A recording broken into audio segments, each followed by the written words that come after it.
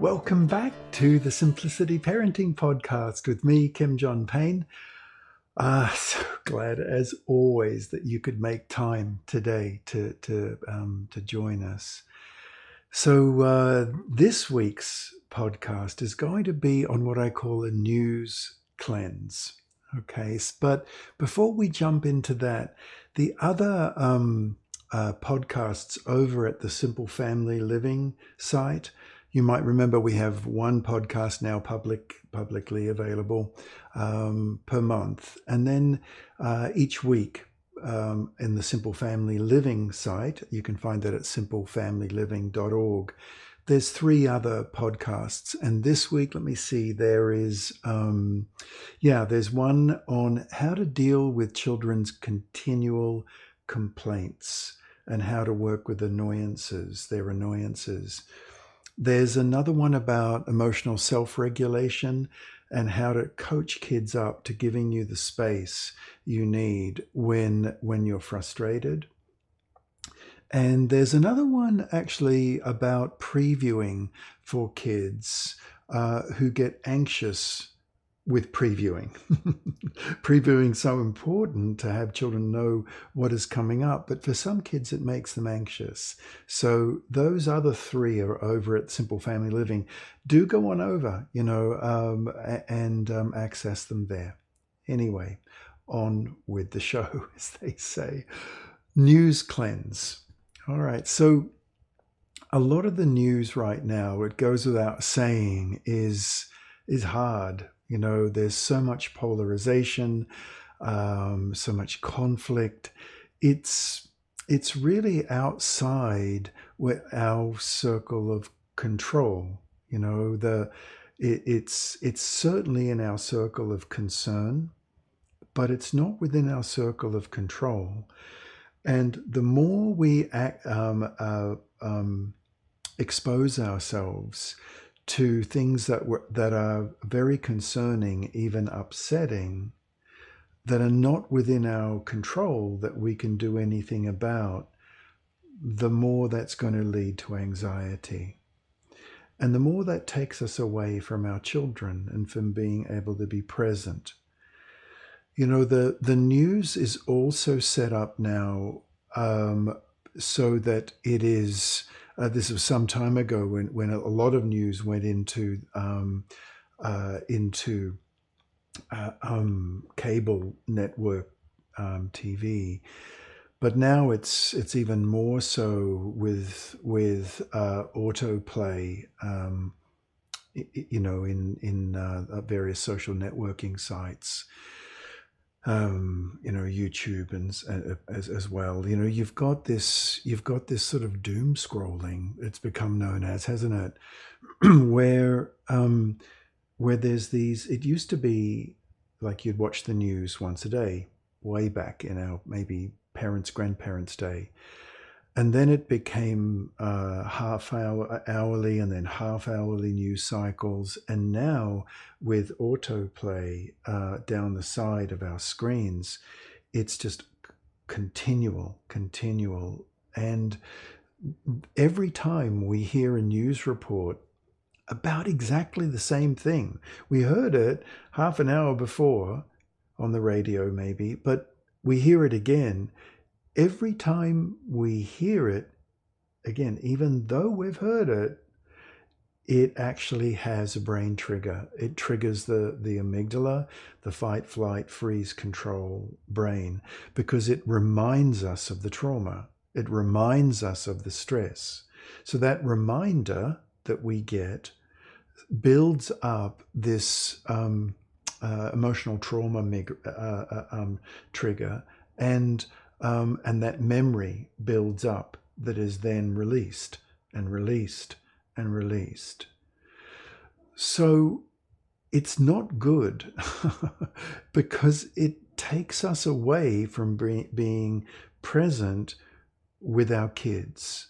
It takes us away from being there with them, because and children, no matter what their age, have that sort of that connection with us that they know. They can pick up when there's a baseline anxiety going on for us about the news, about the catastrophes that are happening in the world. And they pick that up. They absorb it almost through osmosis, through an emotional osmosis. And they also feel that our attention is elsewhere, or at least part of our attention is elsewhere. Quite a number of parents that I've been speaking with over the last year or two have gone on this news cleanse. And here's some of the things that seem to have been successful, because the feedback from news cleanse regime has been really excellent. The parents who have gone on it, like say to me, Kim, let everyone know about this. So I'm letting everyone know about this, or as many people as tune into this podcast. So the first thing is to appoint a catastrophic buddy. So if something really catastrophic happens in the world, there's someone who'll tell you about it. All right. So that you don't get this FOMO, this fear of missing out. There's something really bad is going to happen. You need to know about it. You need to know about it to protect your kids. So when you appoint a catastrophic buddy, they'll tell you about it. So you can let go of that protective instinct, which keeps leading us back to the media. It's very understandable. But if you've got someone there who'll let you know of something that you really need to know, and you trust them, then that takes care of that. Other parents have said they have gone away from visual news to auditory, and others have engaged in a once a day. So in the morning, generally the morning, they will listen to a news report. And some stations now, I know NPR do this, they do a 5-minute summary of the day's news. And so you take in what's happening, what has happened yesterday, what is happening in the world overnight, while we've been asleep, and things might have crept up on us while we've been asleep. We tune into that, and that's it. No more news throughout the entire day. If you've got a habit of, you come in, you turn the radio on, you turn the TV on, you turn the computer on, and you get the news. If you've got a habit of doing that, other parents have said to me that they actually find 2 or 3 podcasts that are soothing, that that they like to listen to, that give them a feeling of ease, because we're again back to kids absorbing through osmosis our emotional state. So why not listen to the many podcasts now available? Why not listen to something that gives you relaxation or joy or interest? Because our children will be absorbing that. The other thing is to move in at the same time you're withdrawing that from your life, is to move in closer to your children and use that time that you would normally have with news to just maybe do a little I remember when story with your child, or just sit beside them on the sofa if they're a teenager and just massage their feet. There's very few teenagers who can resist that. And actually, it's incredibly helpful, by the way, because their feet are growing at such a rate, you don't want to have prolapsed arches. Anyway, that's a by the way thing. But, just sit with them, be with them, play with them, tell them a little story, and make a conscious point of moving in closer with the kids. Some parents have said when you look at it, when they look at their day, there's certain times they check out the news. All right, so they substitute those times so that they say, okay, at that time, I'm going to tell a little I remember when, biography story to my child.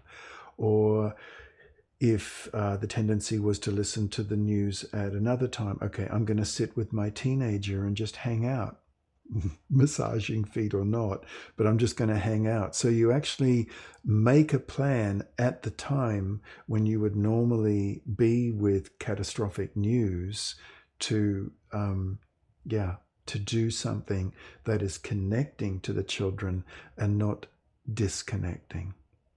Okay. And other parents have said they go on a news cleanse for about a month, about 28 days to a month, about a cycle of the moon or whatever it is, but about a month. They cleanse themselves of the news. Interestingly enough, of the many parents who have done this, very few go back to actually the same news consumption as they had. You now have kind of got things, back in whack. Can you be in whack or out of whack? Anyway, you've got things back. You've restored balance to your life. Other parents have said to me, they want to listen to the news, but they don't want to listen when they go back into the news to giving attention to people in the news, leaders and such, who are feeding off attention. There are certain people who feed off our attention through being very provocative. Certain politicians do that, certain news presenters do that. And they say, we're just going to avoid that. We've realized that we were feeding something that we didn't agree with, we didn't like, but it held our attention, and we're not going to do that anymore. So this is a news cleanse. These are a bunch of different ideas about how you can go about it. But one thing for sure, it really helps us draw closer and build a better connection with our children. Okay, good luck. Bye-bye for now.